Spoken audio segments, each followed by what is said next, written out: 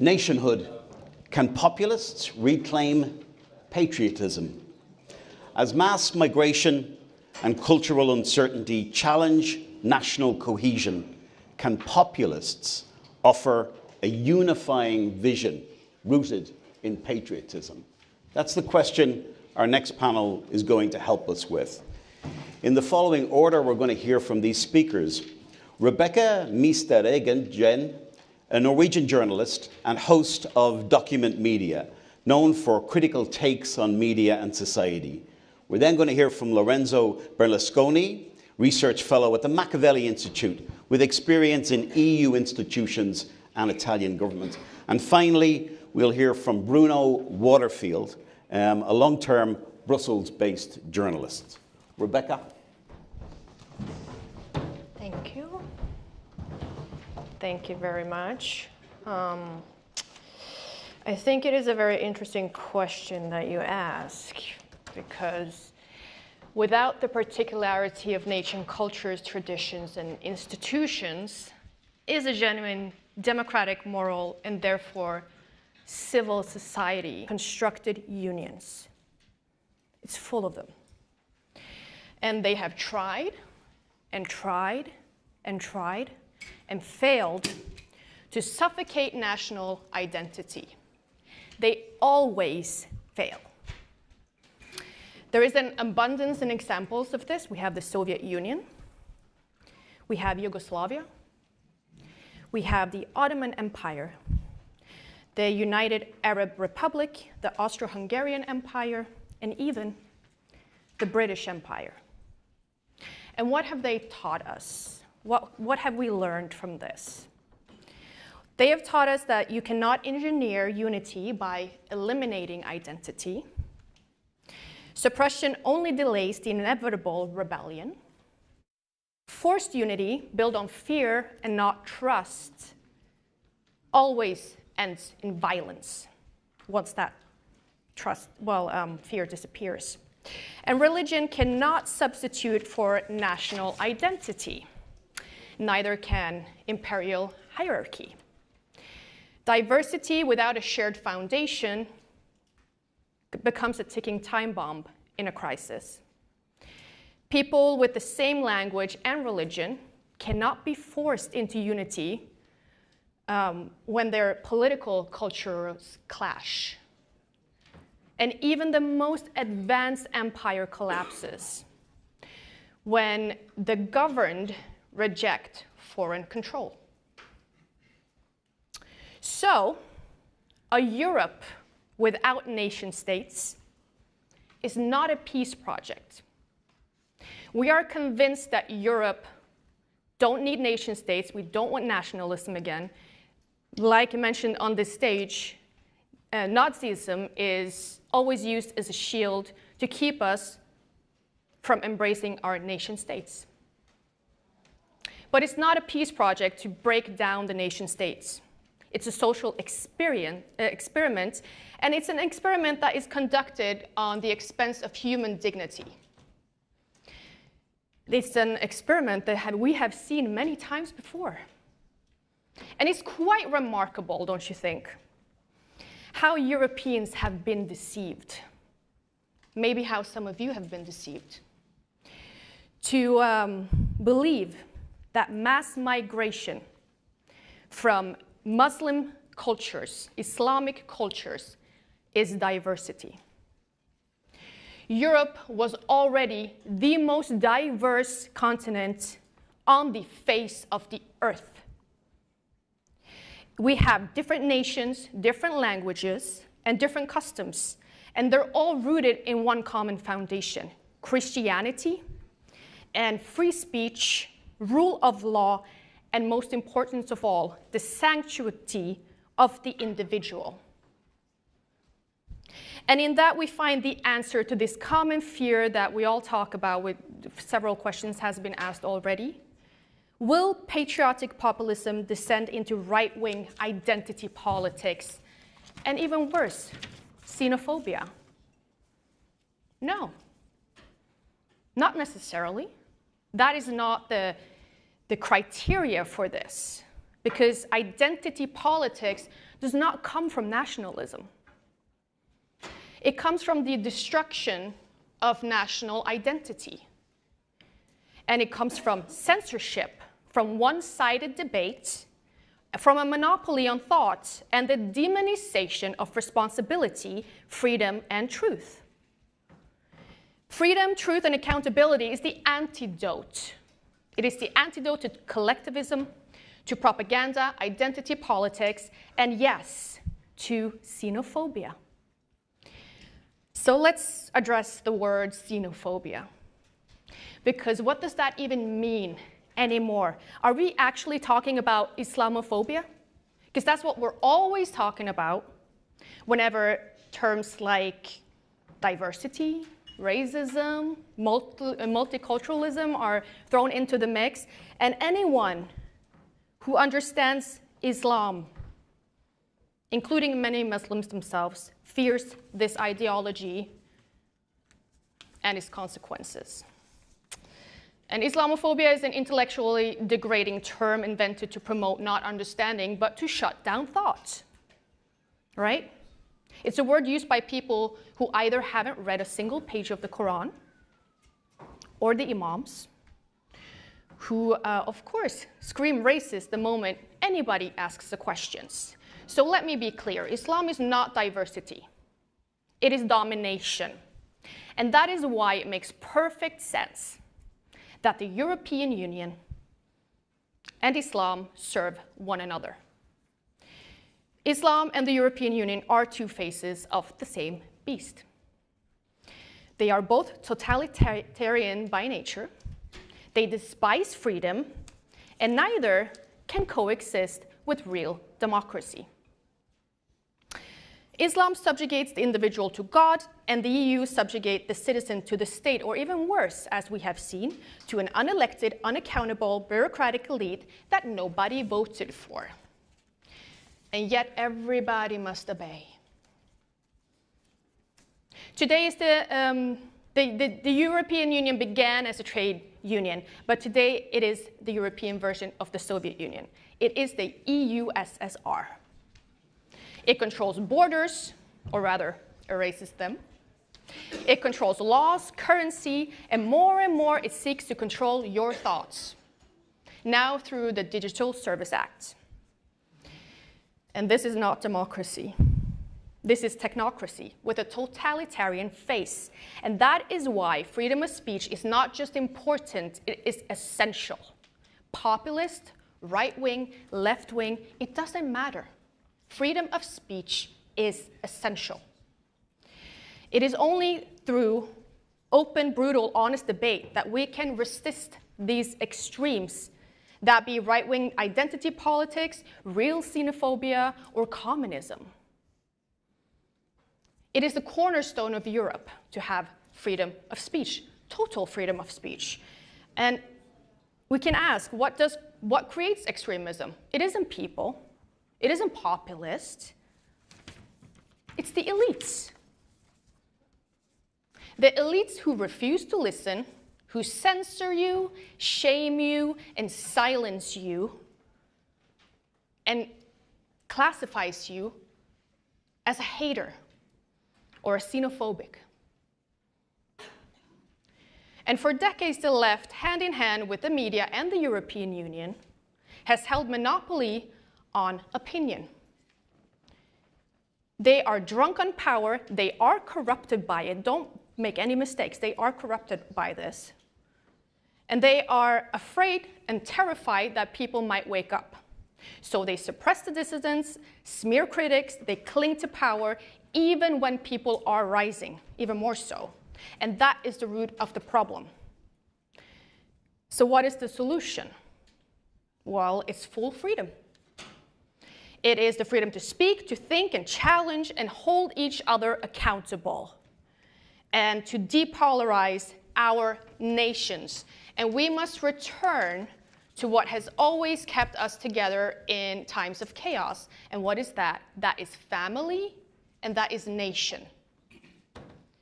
And despite it all, despite the fear-mongering, the censorship, and manipulation, there is hope. because people are waking up. People are asking the questions, and they're refusing to be shamed for loving what is theirs, that be their nationality, their ethnicity, their culture, or religion.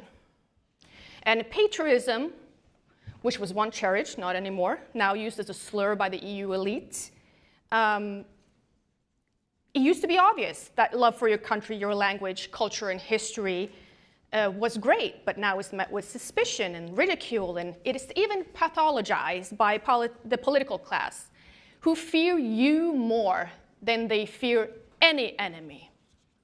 Don't mistake that. But populists, the true representatives of the people, now stand before a historic opportunity. And that opportunity is to reclaim patriotism as a unifying moral force, not as a weapon of division, but a call to responsibility, and not as a symbol of exclusion, but a bond of belonging. And because the nation is not just a place on a map like they want you to think it is, it's a legacy, it's a home, a language, a ritual, and above all, a responsibility that we share together. Without this uniqueness of national cultures and traditions, we have become nothing more than clients in a borderless market, and that is what we are right now. We're stripped of meaning, identity, and purpose. But be assured, we are not standing at a crossroads right now. We are in the midst of the battle for the soul of Western civilization. And in this fight, patriotic populism is not a shallow descent into right-wing identity politics. It is a genuine call for reclaiming our heritage, our freedom, and our accountability. And let truth be your most potent weapon, because only by embracing the truth, open debate, genuine responsibility, we secure our future where Western civilization thrives. Thank you.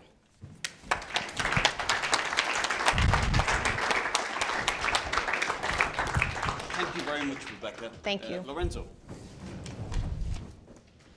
Oh.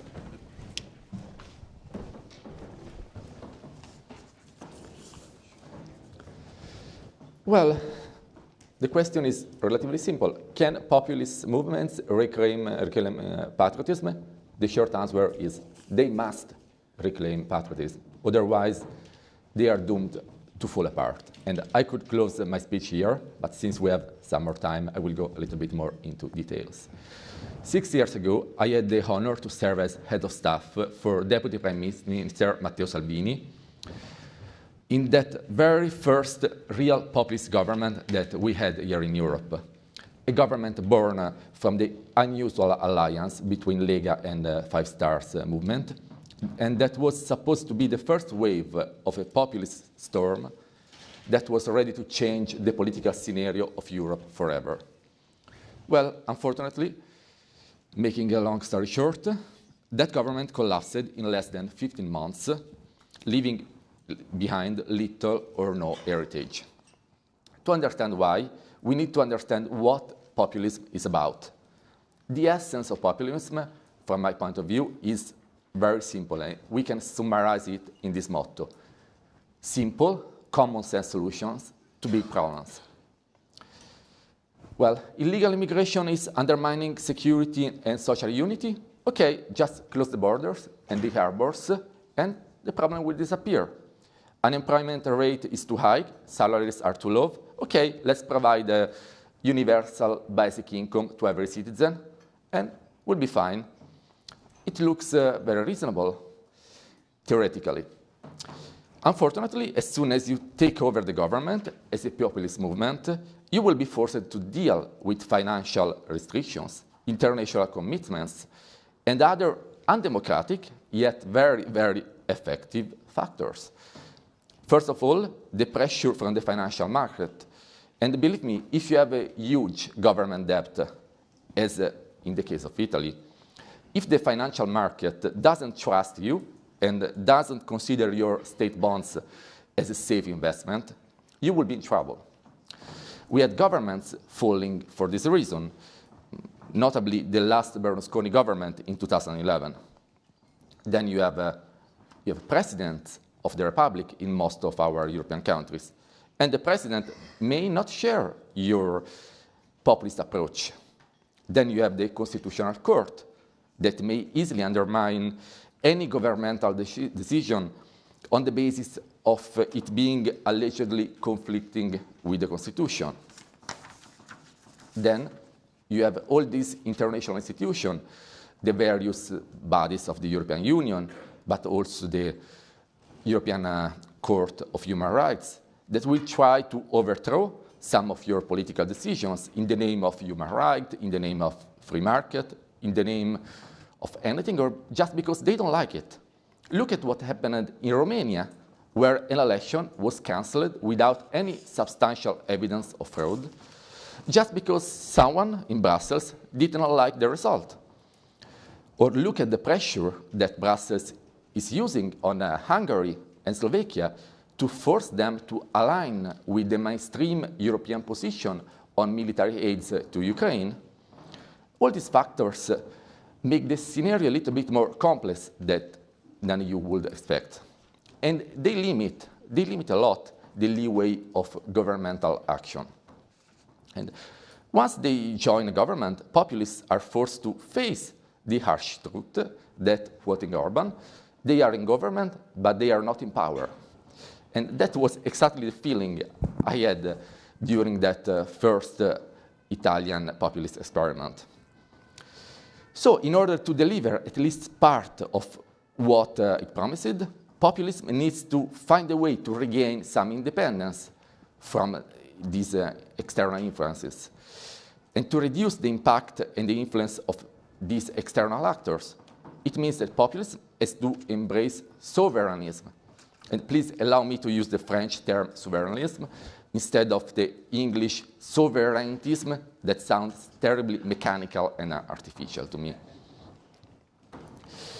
But it's actually not just the word. There is something artificial in sovereignism itself, in the concept. Because it is built on the myth of the sovereignty of the people. But if you ask why national sovereignty is better than a European sovereignty, or even a theoretical global sovereignty, you will not find a convincing answer in a merely sovereignist ideological environment. If it's about representative democracy, you can apply it to several levels. You can have representative democracy at national, at European, even at global level. So why keeping the power at the national level should be better? Sovereignty will not provide you an answer because it's not an ideology, it's a tool, an instrument. And also, sovereignty shares with populism another serious limitation. They both rely on people. They are based on the will of people, but they don't know the people. They see the people just as voters, and all they know is what people want right now, what people voted for in the very last election. But they completely lack a long-term view of society as a whole that embraces the past and the future of the country. If you want to justify your preference for keeping the power at the national level, you must take a further step and embrace an openly nationalist approach. And I know nationalist is a bad word.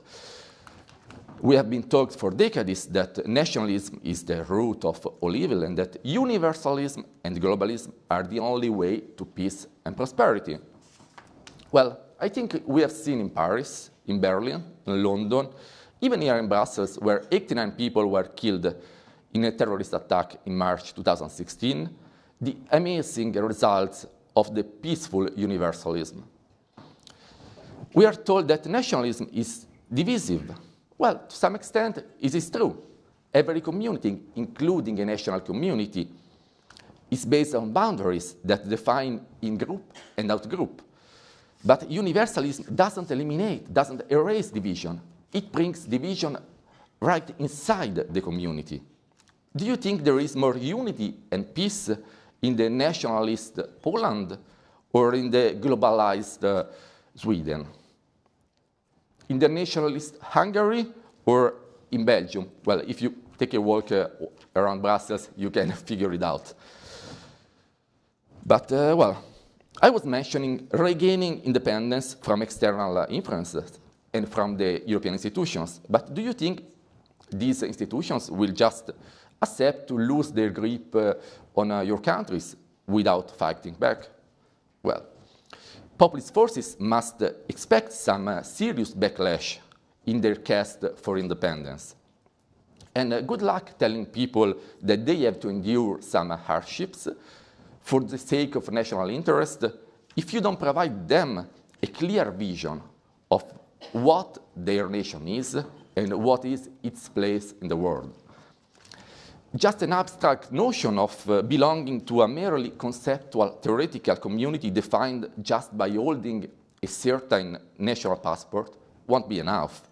You need to enable people to feel part of a national community with a real community based on common values.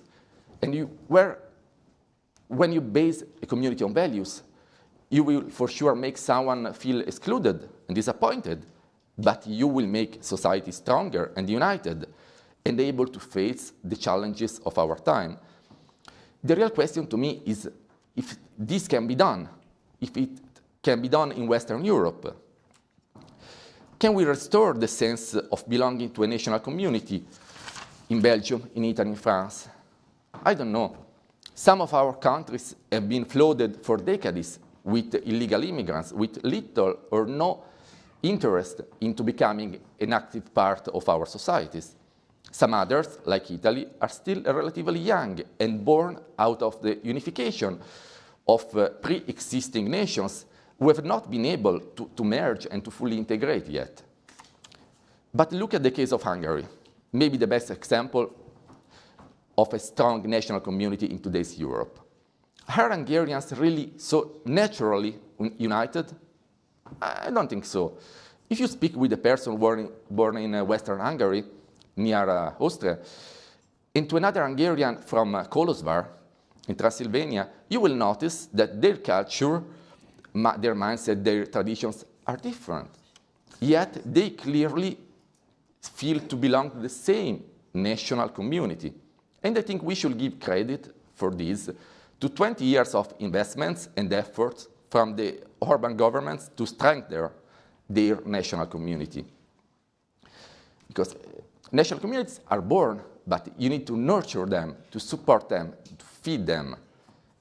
And that's what a government should do. Orban, I think, was the first to understand that populist movements are not sustainable in the long term.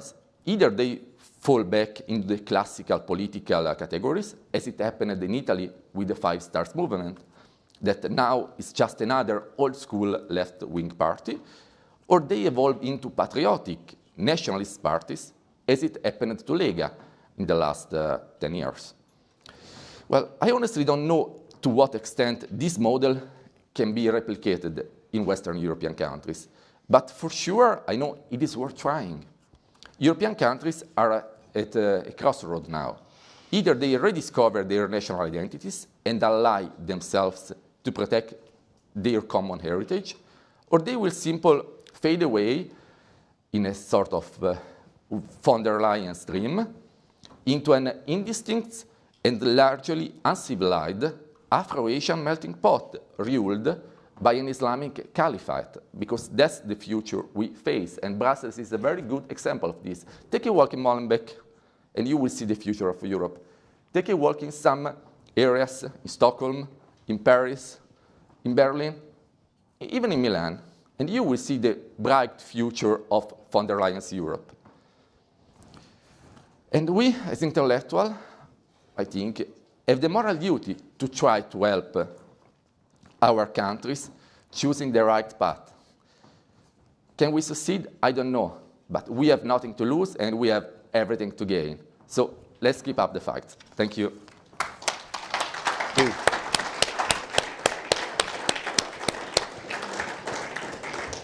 Thank you, Lorenzo. Please, Bruno.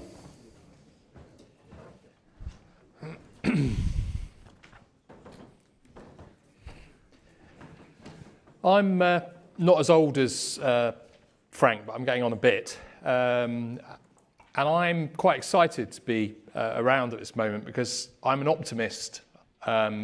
about the huge potential of populism. It really is the greatest political development in generation. But am I so optimistic about the parties and some of the individuals who are routinely described as populist?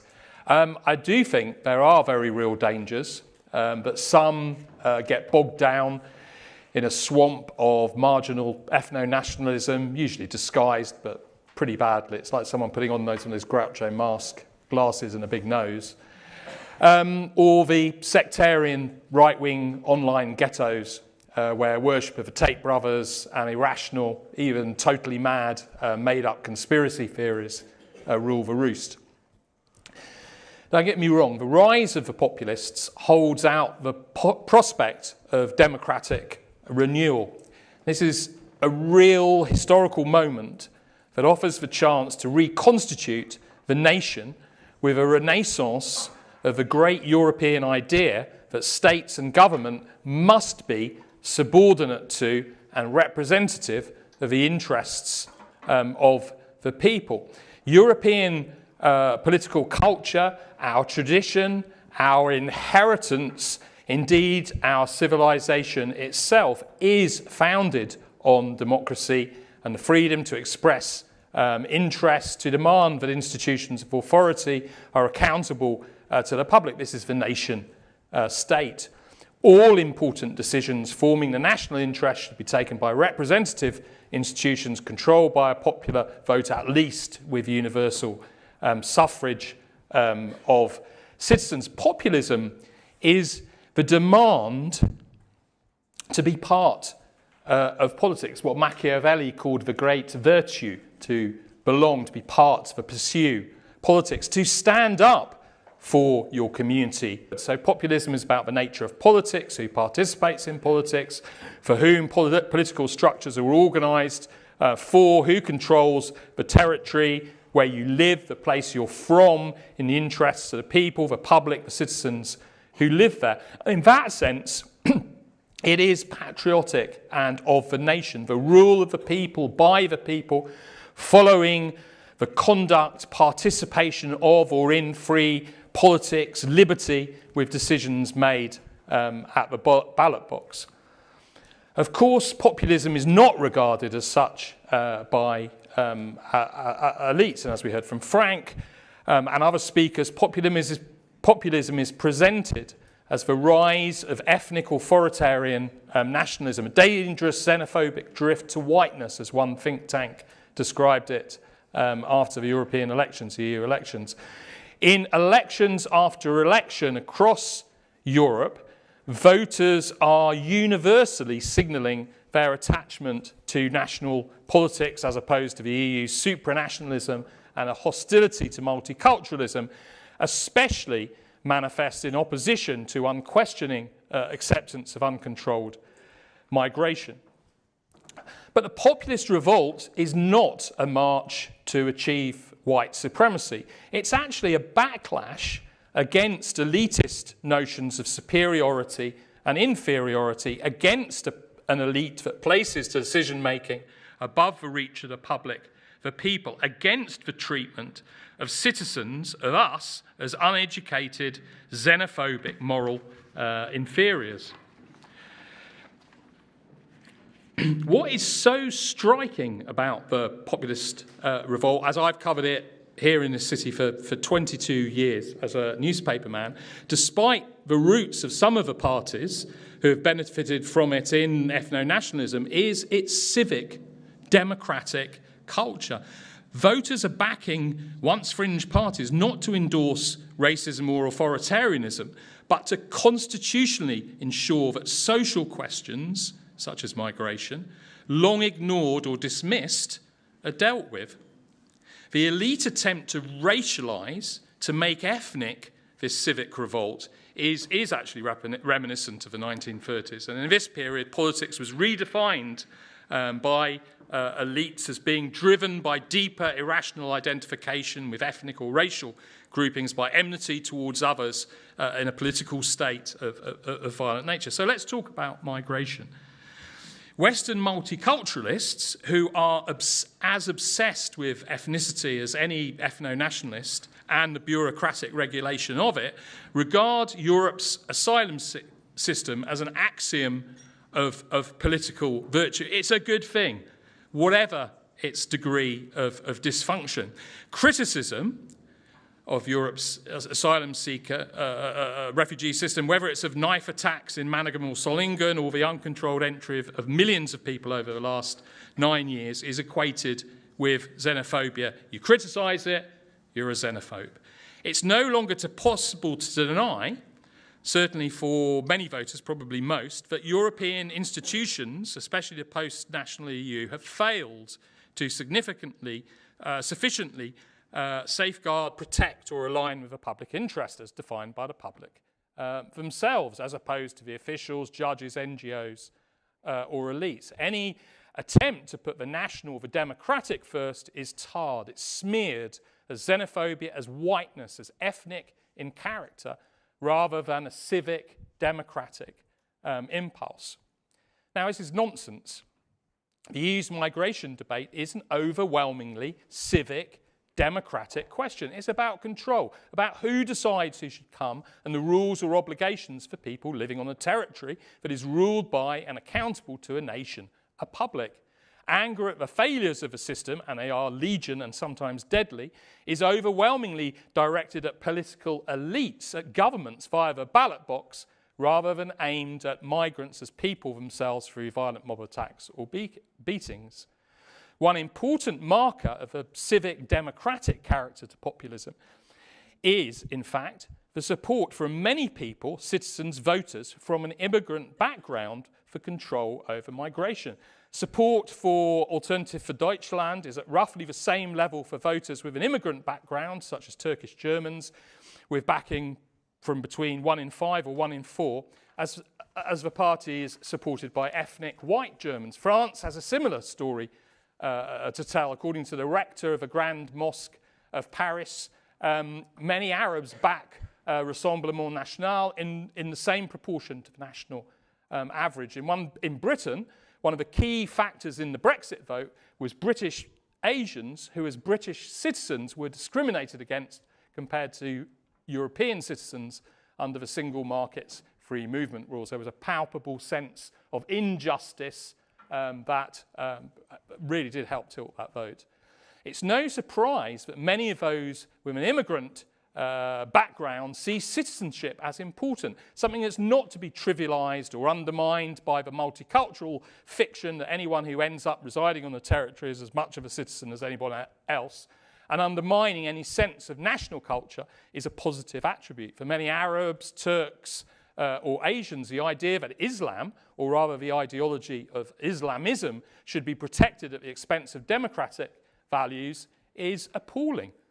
This is especially so in terms of the concept of equality between men and women, a universality which is undermined by multiculturalists who argue that exceptions must be made for Islamism, as well, of course, we see the active misogyny promoted by figures such as Andrew Tate, who are sometimes feted by those who call themselves populists. The remigration idea that is prevalent in some quarters of populist parties is, though it is rarely spelt out, a significant problem, or it can be. Most citizens of immigrant origin have become British, French, German, or Dutch, as much so as any natives through becoming part of communities, work, raising families, taking part in the political life of that territory, that country, that nation. They are no exception to the political, democratic dimension of populism. Much of the remigration concept, in fact, is similar to the multiculturalist ideology in that citizenship becomes reduced to bureaucratic dogma where a grandparent was born, possession of a right piece of paper, whether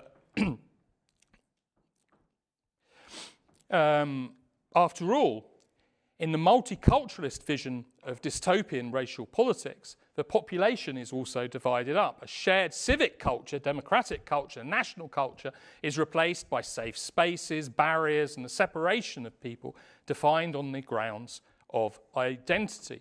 white ethno-nationalists, insofar they exist outside the fevered imagination of elites, are playing a different version of the same divide and rule game project, which is to renew the meaning of what it is to be a citizen through democratic values and practices. And just to end, I want to stress that this tradition, this inheritance, is a keystone of our civilization. It goes back certainly to Machiavelli in 1517. It is the most important component of all of our different national cultures that at the end of the day have this golden thread running through it, which is this attachment to this tradition and inheritance. And populism is upholding that.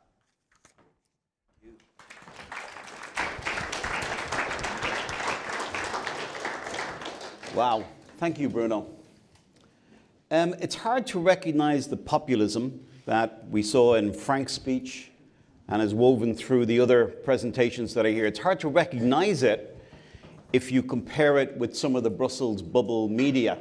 Their description of populism, it's almost like we're talking about two different things. Rebecca, I want to ask you, because Frank referred to it as being an important challenge, how do those people who believe in the populist moment take back the language? How can we get in control of the language again?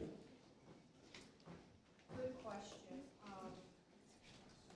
I don't really have an answer for you there. Mm-hmm. I think, as I said in my opening, that speaking the truth is the first and most important way to take back the language. We're all under the impression of newspeak. Everything's turned upside down. I suspect it's the same in French and in Dutch as it is in Norwegian and in English. So correcting the language, using the language properly, and most of all, speak the truth. I think is the most important thing that you can do to reclaim language. I think coming here and speaking and asking questions, and Frank's speech was very good in talking about language and terms, and you got to reclaim them, start using them. Use them in the opposite way, because a lot of things are turned upside down. Use them how they're supposed to be used. Lorenzo. Thank you. Lorenzo. Well, basically, I think I want to ask you something slightly different. Fear, I have to make it hard for you, you know. Fear of populism, the fear of populism that's there, that we read, that we see. Is that fear based upon an ignorance, a lack of information, a genuine misunderstanding? Or is it driven instead by a deliberate political smear, the ability to shout something and basically delegitimize your political opposition? Well, I think in most cases the fear for populism is not in good faith. I think there are very few concrete, objective arguments against the populist instances, because when you ask for more security, more social cohesion, more livable cities, it's hard to say, no, these requests are crazy, these requests are not rational. So it's way easier to demonize, to label the populists as fascists, as extremists, as Nazis. And so whatever they will say doesn't matter anymore, because they are not part of the civilized community. They have not political legitimacy anymore. But if I can just go back to your former question, because that's interesting. We need to regain control over the language, being precise and looking at the history of the world, the history of languages. You were speaking about ethnicity and how the centering populism on ethnicity is a problem. Well, but ethnicity comes from the Greek ethnos, that means the people, the population. It's a cultural term. It's not equivalent to race. You are part of an ethnicity, of an ethnos, if you share the tradition, the culture, the language, the history. So within this meaning, that is the historical correct one, I think we should center our national communities on belonging to the same ethnos, belonging to the same history, community, tradition, and values. This way of using ethnicity as an equivalent to race is a smart, liberal approach that, okay, I'm cutting. I know we're out of time. Bruno, since you describe yourself as an optimist, what are the possibilities that we've had capture of universities? Frank referred earlier on to the millions, billions of euros being spent in NGOs to fight whatever they're supposed to be fighting. But there's a lot of investment that's went into delegitimizing the populist moment. What are the possibilities of populists being able to wind the clock back on these things? Well, look, the universities, the Academy of Western European societies, I think it's probably been a lost cause for some time. They're basically training schools for the new meritocratic elites, ethical, or even worse than that, useless vocational certificates that are handed out to all kids between the age of 18 and 21. So I think that possibly a lost cause. There is a need for a new academy. There is a need for new schools of ideas and contest between ideas. I think the money that's being wasted on the sort of disinformation, the attempts to undermine, delegitimize populism is literally wasted money. I mean, you might as well get a great big bonfire of it, pile it up outside the Berlaymont Place Luxembourg and set fire to it. I mean, in fact, that's pretty much what the European Union does all the time. Anyway, and the reason why I say this and the reason why I'm optimistic is I think people are from somewhere. They are national in that respect. And that's very important to people. People want to belong and they want to have a home, but they already do in many ways. And a lot of the best aspects of European civilization, of Western civilization, and there are quite a few of them, is this tradition and this inheritance which goes back hundreds of years. It's been fought for at almost every moment, every significant moment in history, and it will probably continue to do. Will continue to be the case. It has this amazing tradition and inheritance of democratic values rooted in place, rooted in the pursuit of politics by the people themselves, and that gives an incredible strength. I really do think people sometimes underestimate it. We live in a very dangerous time because the attempt to eradicate populism is to eradicate that tradition and inheritance. But having that on your side ain't bad. Great. Okay, I'd like to hear from the audience now. There's a gentleman just here. Please stand up. Please stand up. Thank you. Thank you very much. My name is Rajai Barakat. I am a Euro-Arab citizen. I have the Belgian nationality. I used to defend the European values because I believe in. I studied at ULB, which is a laïc university, and I used to defend these values. But now, with what's happening now in the world, when I speak about European values, many people say to me, well, they don't say shut up, but they say, please don't speak about that. When you speak about migration, you speak about migration from Arab countries, for example, or third world countries towards Europe or the West.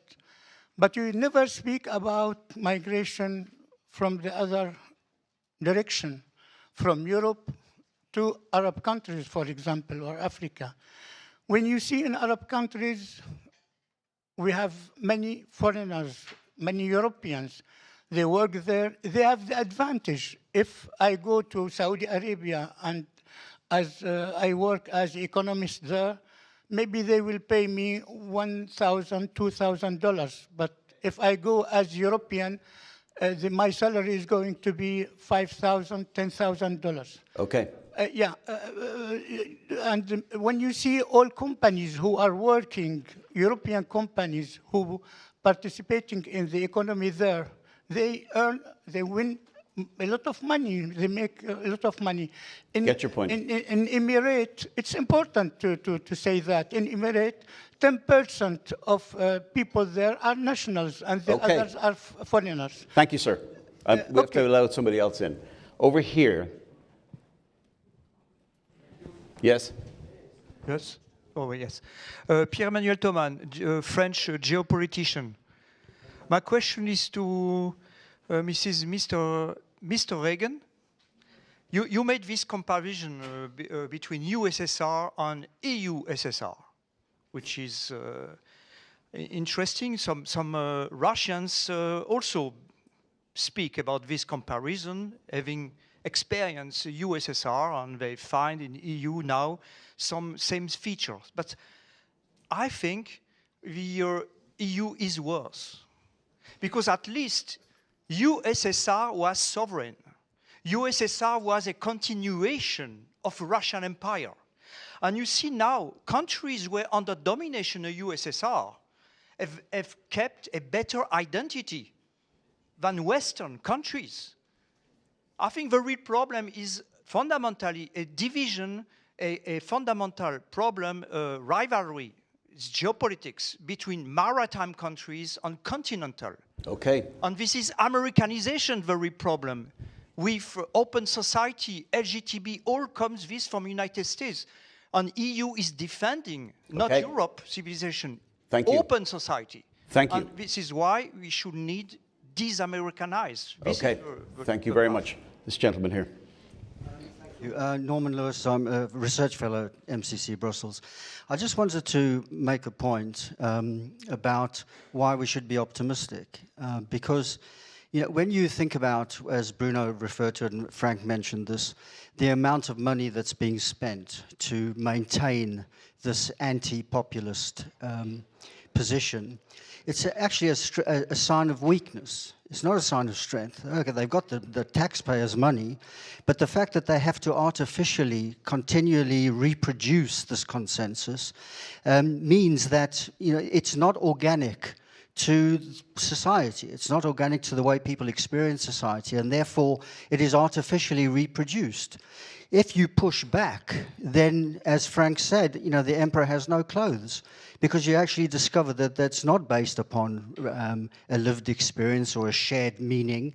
It's based on an elitist authoritarian prejudice against ordinary people. And therefore, the more we push back, the more we'll be able to reveal this. And that's what it requires, because then it gives people the confidence to come out and call it out. Okay, thank you. Bruno, I'm going to go to you. Would you like to address any of those comments? Is there anything you want to sort of pick up there? I'll leave it for now, actually. Okay. Lorenzo? Regarding the first question, no European is entering Saudi Arabia without a government-approved visa. Otherwise, they will kicked out immediately. And that's a little bit different here in Europe. So that's the end of story from my point of view. Okay, thank you. Rebecca? Oh, there's a lot of things I could say in comment here. First of all, for the gentleman from an Arabic country talking about the Emirates, I think if you as a Western person go to the Emirates to work, you respect the culture that you come to. You don't try to change the Emirates. So I think that's the biggest difference between when we're talking about migration from the Middle East or North Africa or the third world, if you like, to Europe. It is a very different type of migration. We are told that it's the engineers are coming. It's never the engineers that are coming. It's the stabbing people that are coming to town. And it's not that way around when you go to the Emirates.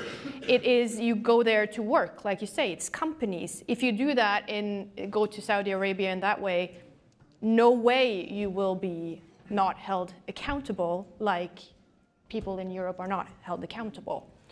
That's the first thing. And the second thing, I do agree with you. The EU, USSR are way worse than the Soviet Union because we don't know who we answer to. And we could have a long discussion about that in regards to NATO. And no, I am not a Putinist, even somebody might be tempted to say so. But yeah, I agree with you. Okay. I'm going to take this gentleman over here. Yes. My question was towards Lorenzo, because he made a very important point about sovereignism, and my question will be, how does sovereignism respond to the need or the needs of autochthonous ethnic minorities? You mentioned Hungarians living in Romania, in Cluj, for example, but we can just as well think about Slovenians living in Italy, or the German people in South Tyrol. To me, it seems that a more sovereignistic state could have a negative impact, potentially, on the interest of these minorities. Mm-hmm. Okay. I'll just take one or two other comments. Yes, this lady here. Well, thank you, first of all, because I really enjoyed all of your perspectives. I'm Tamara from the USA. So I was curious how you all three maybe see the war on facts maybe playing into populism. If you see, you know, the disagreements between what's true and what's not true, maybe how populism could counter that or combat that. Great question. Anyone else? Yes. Thanks very much. Tony Gilland, proud to be British. I haven't heard that for a long time, actually. The question I wanted to ask is to all three of you, but it picks off what Lorenzo said about the importance of nurturing national community, and that not being an abstract thing, it's a very concrete thing. And this session was titled very much around patriotism, and a lot of you, the three of you, I think, have consistently agreed on democratic values. But it's not only what we typically understand by patriotism. I mean, when I grew up, we used to go watch the Royal Military Tattoo every year. It was a family tradition, and we got excited by the commandos and the Royal Artillery charging around. Yeah, that was part of patriotism. And Bruno's raised, I think, a very important point about British Asians and British Africans, or people who have become part of the United Kingdom, which is perhaps a very different situation to some other countries like Hungary, for example. Yeah, when I go to London now, I cannot tell you, the people around me, whether they're British Asian, British African, because they've been there and integrated into the country for a long period of time, or whether they've just arrived and they're recent immigrants or asylum seekers, or indeed whether they're on holiday and they're a tourist. So my question is, given we can't go backwards, how do we actually appeal, how do we create that sense of patriotism that's actually going to be appealing to people based on where we're at, for example, Bruno, in the UK? Thank you. I'm going to start with you, Lorenzo. If you keep your comments brief, because you're now between this audience and lunch, a very dangerous position. I'll be short. Okay, first question. Well, sovereignism is like a tool. It's like a screwdriver. You can use it to fix a car or to stab a person. So there is not a direct answer. I think a strong nation, a strong independent nation, has no fear for external or internal alleged enemies. So I think in a strong nation, even minorities have more rights. But of course, you have to figure out a specific solution for the specific political and social environment. There is no one-size-fits-all in this. And for the last question, well, to me, Great Britain is not the best example in the world because it had a very different history from continental Europe, different tradition. It was a sea empire of the sea. It was a sea country. It had an empire that was way larger than the UK itself. So this kind of melting pot that worked to some extent in the UK, respectively speaking, I'm not sure if in 20 years it will still work like it is working to some extent. And you have huge, huge problems with the last waves of immigration in the UK, and we cannot deny it. But maybe that system could work there. It will not work in continental Europe. And we have, since the end of World War II, we have tried to apply in Europe many policies taken from the US and taken from the UK. And we have seen that they don't work because our society, our law is different. So we need to figure out our own solution. And that's what nationalism is about. Thank you.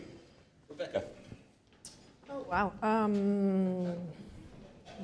Facts against dis or misinformation, I think is an interesting question that you ask, because how does facts play into it? Well, how do you know what's facts anymore? I think that's where you start. You need to do research and you need to look into things, and you can't take what anybody tells you. Don't take what I tell you at face value. Go look it up. Because that's where we are right now. We're in a period of time where the EU is enforcing censorship. They are, quote unquote, fighting misinformation. We can all assume what that is. And they're also centralizing journalism. So they're going to tell you what sources are real and not real. So how does facts play in? Well, the facts are the ones you find and voice, I think. You can't really trust any agency or institution anymore. Okay, thank you. Bruno. Yeah, I'd echo a bit of that. I think the facts it's just one of those words, actually, that kind of immediately make you kind of bristle, because we're not talking about, the way the solar system works or anything like that. We're talking about ideas such as the end of history. So the end of history was presented as a fact. The way the global economy works post-Bretton Woods, post-WTO, that's a fact. Now, it's not surprising that turning ideology into facts discredits what people perceive as facts. So these things need to be discussed, they need to be talked about, there needs to be a struggle, a quest for what the truth is. And there isn't a truth. There isn't a one single verifiable truth quite often for social questions, because you need to experiment.